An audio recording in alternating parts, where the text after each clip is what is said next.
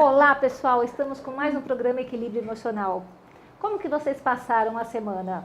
Espero que tenham passado bem. Hoje eu trouxe aqui a doutora Andressa Ramides Rochino Ferreira.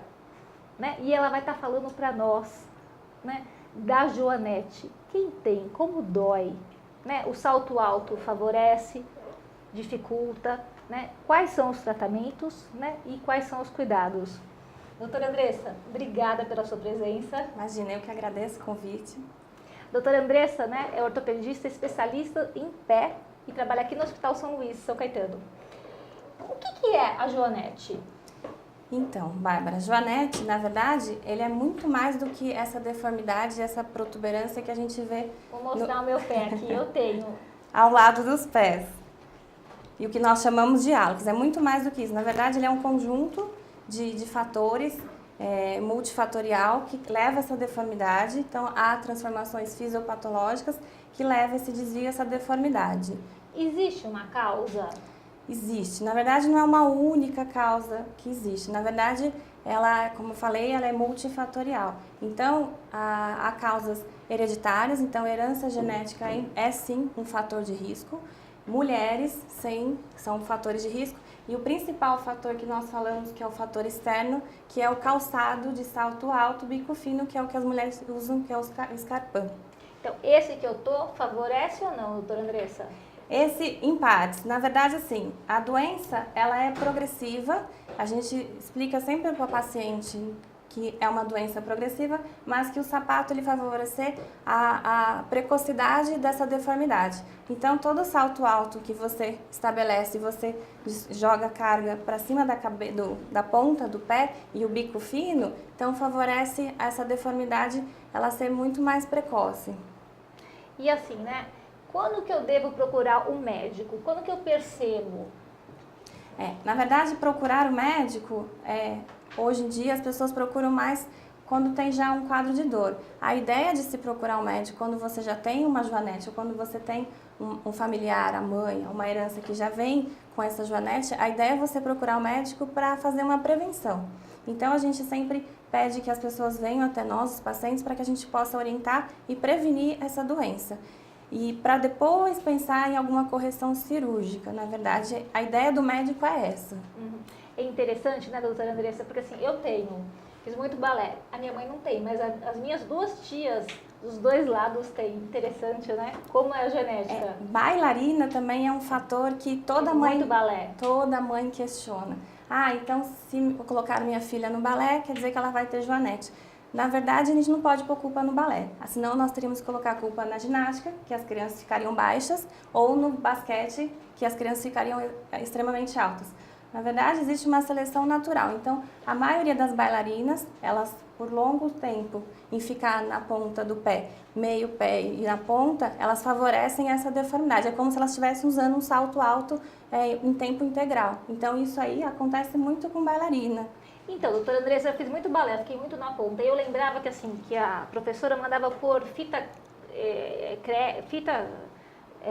para apertar e para pôr na ponta. Mesmo com aquela ponteira que nós tínhamos, Isso que favorece? Não é apertar o pé com o esparadrapo, não. Na verdade, ficar na ponta. Exato. Na verdade, é a postura. A doença, como eu falei, ela tem um fator genético, mais em mulheres, então você já vem carregando uma carga genética. Quando você assimila, associa o sapato ou o tempo como você faz as bailarinas, que você fica na ponta do pé, isso favorece ainda mais que essa deformidade progrida e a pessoa acaba tendo essa deformidade. Mas lembrar que nem todo mundo que tem joanete tem dor. Então, assim, o que nós procuramos tratar e que nós explicamos é justamente o quadro de dor. Porque sentir dor é muito desconfortável, é muito ruim. Como é que você se apresenta o seu programa com dor nos pés? Então, é isso que a gente aconselha como médicos. Mas a gente deixa evidente para o paciente de que a doença ela é progressiva. Então, vai de você ser orientado a ter essas prevenções. Não é difícil falar para uma mulher hoje não usar sapato escarpão. É um sapato super bonito, super elegante. A verdade é que nós orientamos para que não se use esse sapato 24 horas por dia, 7 vezes por semana. Fazer um jeito de que você use para trabalhar, depois você use um sapato mais confortável confortável. Essa é a ideia. É certo, doutora Andressa, porque assim, eu ando com um chinelinho no meu carro. Eu sei que é proibido dirigir, eu com uma rasteirinha. Mas eu tiro do consultório, quando eu estou de um consultório para outro, de uma cidade para outra, eu ponho um chinelinho.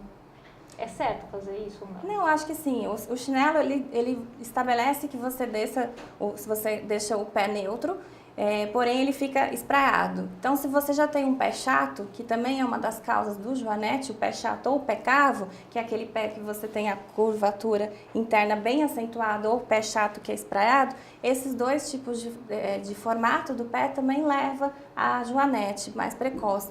Então, o ideal é sempre ter um sapato mais confortável. O que eu sempre falo para as minhas pacientes, se você for fazer longas caminhadas, for andar a pé, o ideal é você usar um sapato, um tênis, que ele é confortável e ele tem um amortecedor.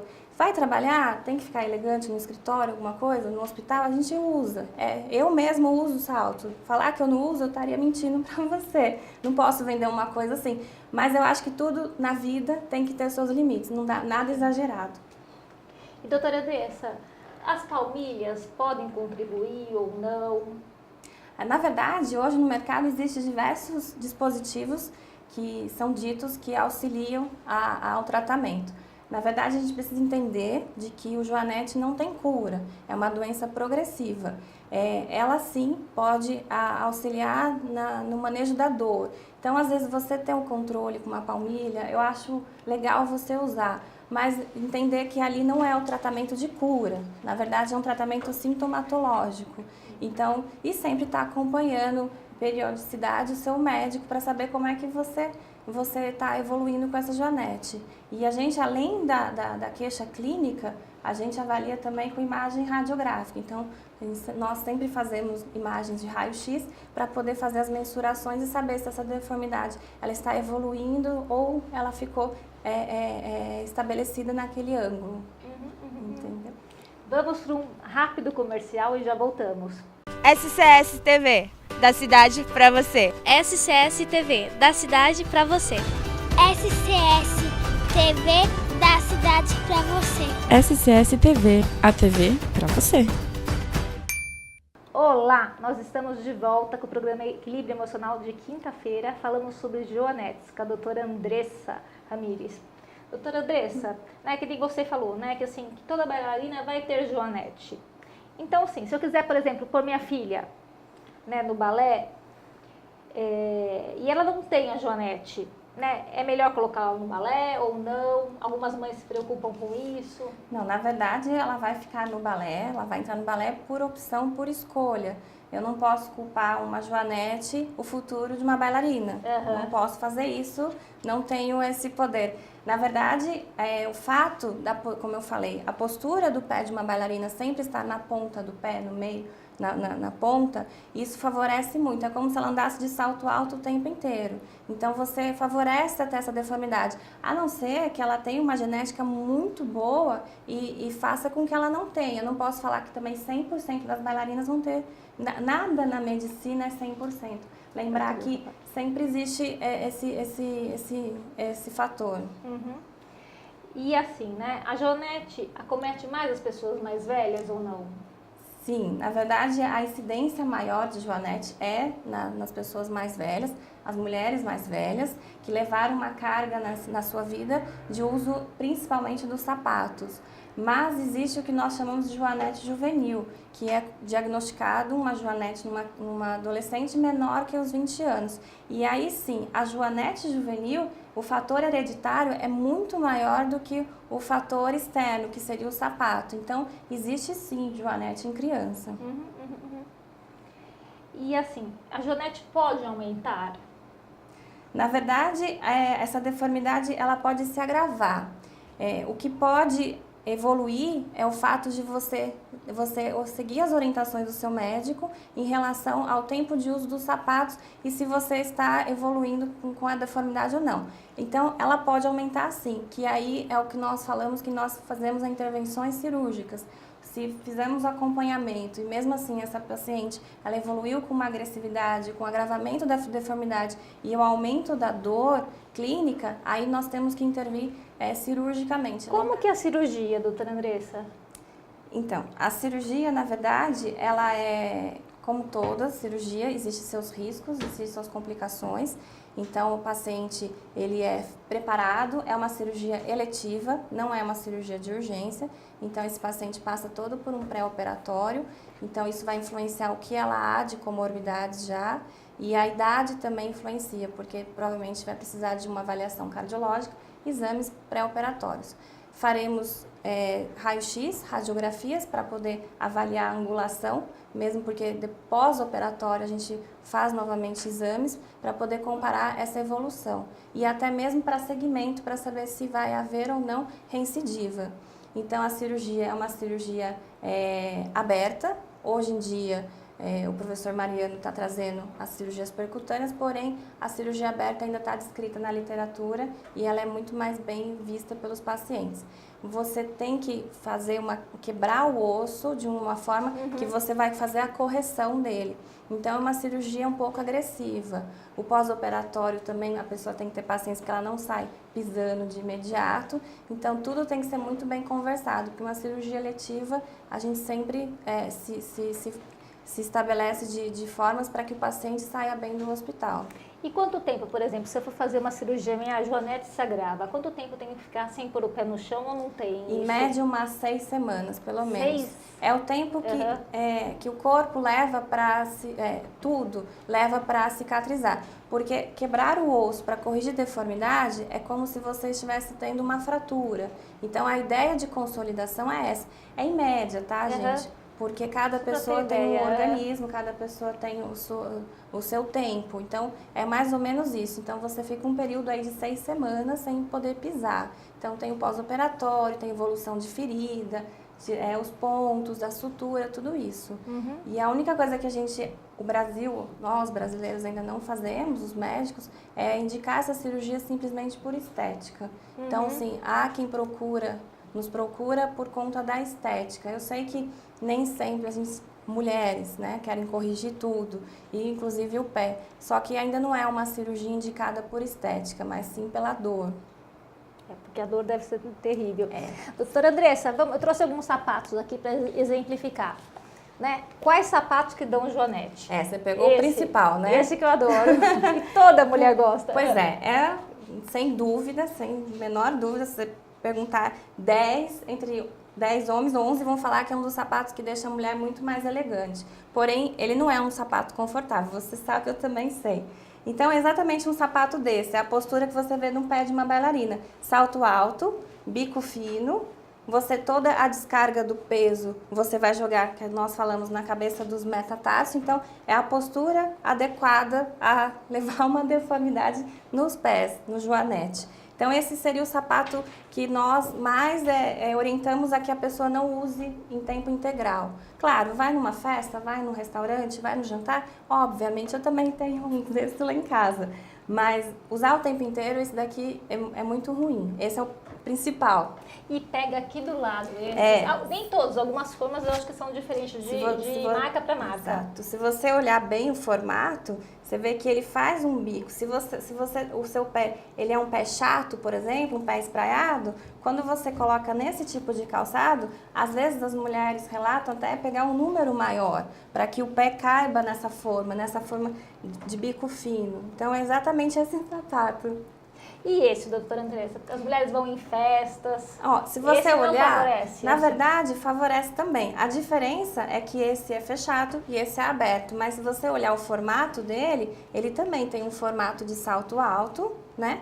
Onde você estabelece a sobrecarga na cabeça dos metatarsos, e você vai ter esse formato fechando os seus dedos. Esse aqui, aparentemente, é um pouco mais confortável, mas se a gente for olhar de um para o outro, o que muda é só o bico fino, mas os dois sapatos são os sapatos que mais causam problemas nas mulheres. Então, quem tem joanete, evitar ao máximo esse sapato. Exato. Na verdade, pode-se usar, obviamente, mas evitar usar o tempo inteiro. Eu acho que essa é a grande dica que eu deixo, não usar o tempo inteiro. E a sapatilha. A sapatilha hoje também é uma grande aliada das mulheres.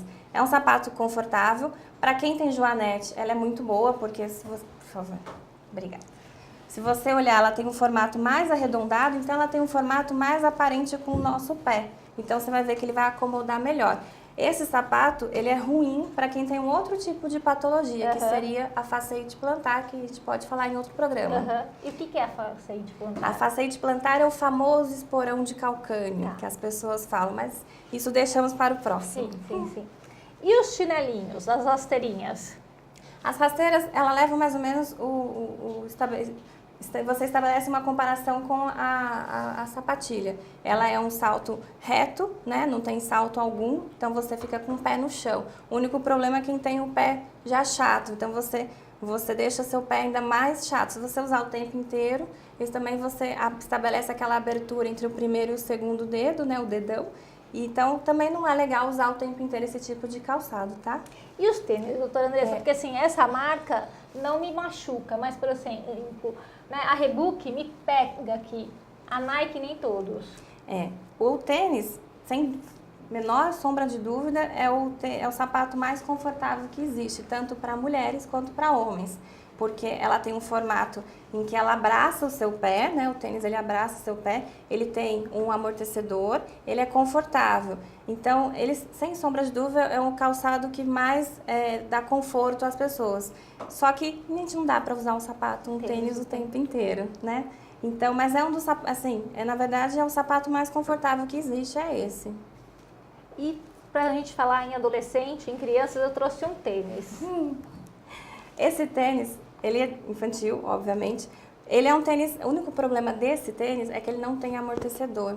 Ele tem um solado duro. Então, para criança e mãe que se queixa muito que criança tem o pé chato, também não é legal. Talvez para criança, como é que você fala para sua filha não usar esse tênis, sendo que ela que escolheu na loja? E aqueles que acendem luzinha. Exato, que liga a rodinha. Exato. Então, o que nós fazemos para a criança, para a joanete não tá nenhum problema. Ele é arredondado, ele acomoda bem o antepé, né?